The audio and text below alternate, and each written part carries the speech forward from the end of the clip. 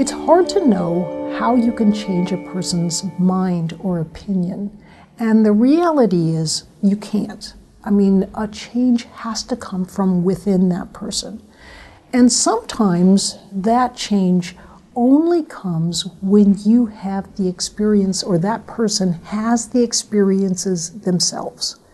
So again, harking back to my old days of working with the communists, in communist China, there were some horrific things taking place with Mao during the Great Leap Forward and the Cultural Revolution. But before that time even, there were a lot of atrocities that didn't get heard because if you talked about them, they'd kill you. So more open and Western approaches to government, there was a lot of criticism of the bad things going on. And in communist systems, there was none. And so it was easy to imagine that they were great systems.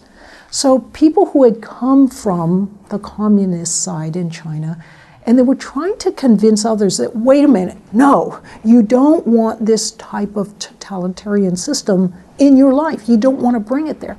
They would talk and talk and talk, and it made no difference at all because the people couldn't imagine what kind of experiences there were.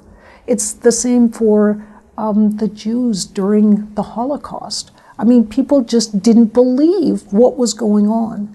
So sometimes it's hard to imagine how you can change a person because you really can't unless they're experiencing the kinds of things that you've seen and you've encountered.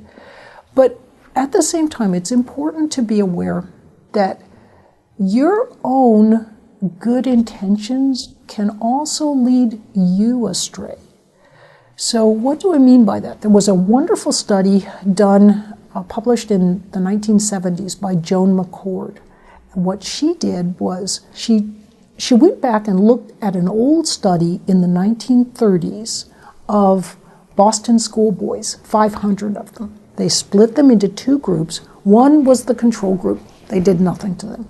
The other group was given every possible advantage. They had counseling, summer camps, they got extra tutoring, medical assistance, even assistance for the family. It was really about the best you could imagine.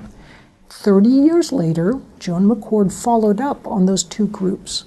One group had significantly higher rates of suicide, alcoholism, drug use. They were in jail more. They ended up in lower class jobs. I mean, it was just sort of every sort of bad thing you could imagine. They had significantly higher proportions of people who had this kind of thing happen to them. And which group was that? It was the group that got all the help. And what was interesting was that the people involved in the study were convinced that they were helping that group, but it backfired.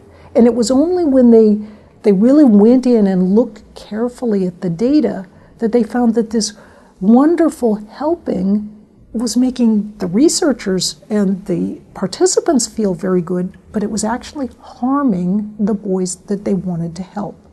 So some of my research involves pathologies of altruism, and that is sort of this road to hell is sometimes paved by good intentions. It's very important to be aware that sometimes you can be totally convinced that you are helping and that what you're doing is the right and good thing for others. And unless you're willing to sort of let that stand up to scientific scrutiny, you'd just be surprised at how you are sometimes incorrect. And there are other ways to help that are maybe not so obvious and maybe don't make you feel so good, but actually that truly help.